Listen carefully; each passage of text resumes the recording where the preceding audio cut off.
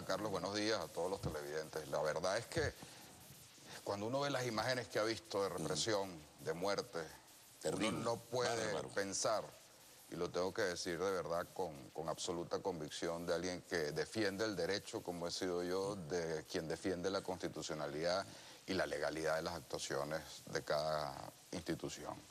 No puede ser que la paz se pretenda construir en nuestro país sobre muertos. La paz no se construye sobre muertos. La paz no se construye con represión. La paz no se construye con heridos, con lesionados. Las imágenes que uno ha visto de excesos absolutamente absurdos para controlar manifestaciones, no tienen nombre.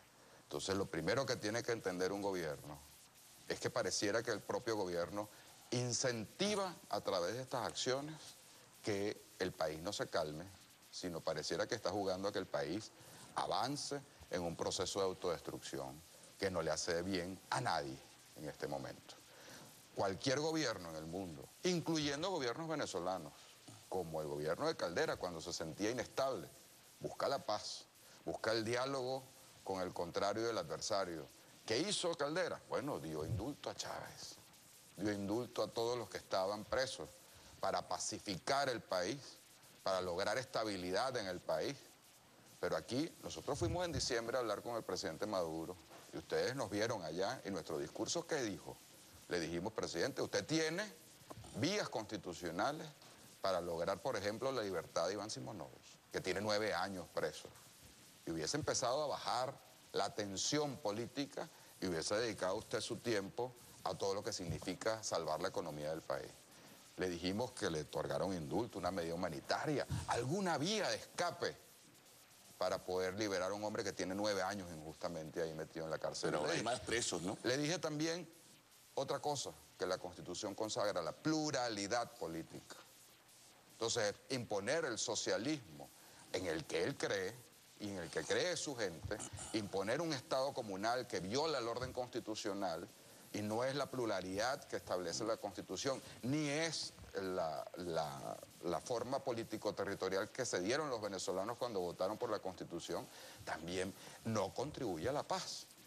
Y respetar la descentralización, y respetar al ciudadano, insultarlo a cada rato, a cada uno de los líderes de oposición, eso tampoco contribuye a la paz. Entonces, no se puede hablar de la paz de la boca para afuera y a estar actuando y ponerse a bailar, y entonces después estar actuando con los órganos del Estado para el control del orden público con excesos evidentes diariamente. Claro, alcalde, ayer la fiscal general de la República, también lo decía el presidente Maduro, señalaba que ciertamente no se cerraban a que haya habido represión y violación de los derechos humanos, pero hablaban de casos aislados.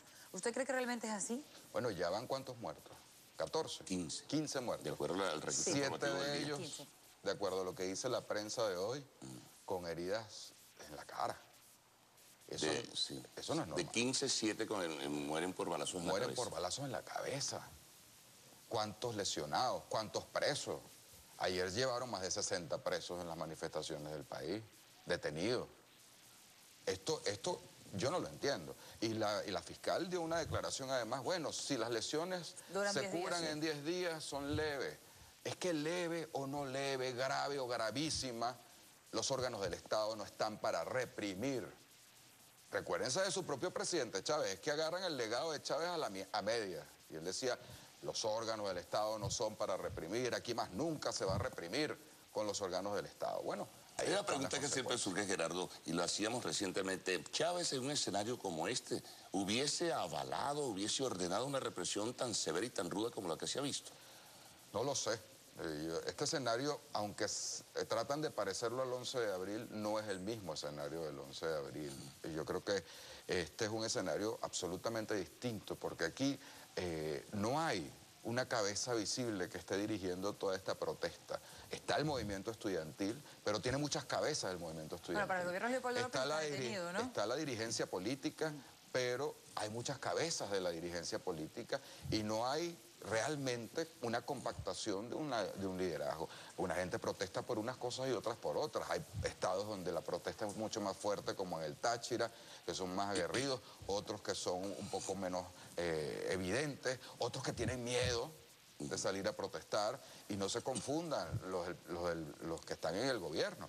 Hay mucha gente que no ha salido a protestar, no porque no tenga razones para protestar, sino muchas veces, como nos dicen algunos habitantes de zonas populares de Libertador, porque tienen miedo. Ayer salió las minas de Baruta, ahí no tienen miedo porque saben que Gerardo Blay no va a usar la policía de Baruta para reprimir. Claro. Pero en otros municipios les van a reprimir y entonces salen los colectivos armados. ¿Cómo es posible que un Estado permita dentro de su propio Estado el gobierno, que tiene el control legal de las armas a través de las Fuerzas Armadas y los órganos de policía del país, entonces permita que haya paraestado esos colectivos armados? No me refiero a todo el tipo de colectivos, pero los que están armados, que todos sabemos que existen, que el gobierno sabe dónde están, ¿por qué no los desarma? Pero, alcalde, ya por último, porque muchos vecinos estaban preguntando cómo debe ser la actuación y si usted ciertamente, como ha señalado el gobierno nacional, está amparando las guarimbas y las protestas dentro del municipio. Mire, el gobierno nacional sabe perfectamente que Gerardo Blay no ampara ni protestas que no sean pacíficas. Todas las pacíficas están permitidas en Baruta. Todas aquellas, y llamo a conciencia a todos nuestros vecinos de Baruta. Nosotros no tenemos por qué trancarnos a nosotros mismos. Nosotros no tenemos por qué seguir en este momento impidiendo que quien tenga que salir, tenga que hacer un mercado para sus hijos, tenga que llevar a su hijo a una clínica, a un hospital, a un problema de salud, no pueda salir del municipio o de su calle o de su vivienda. Llamó un poco a la conciencia, a la reflexión.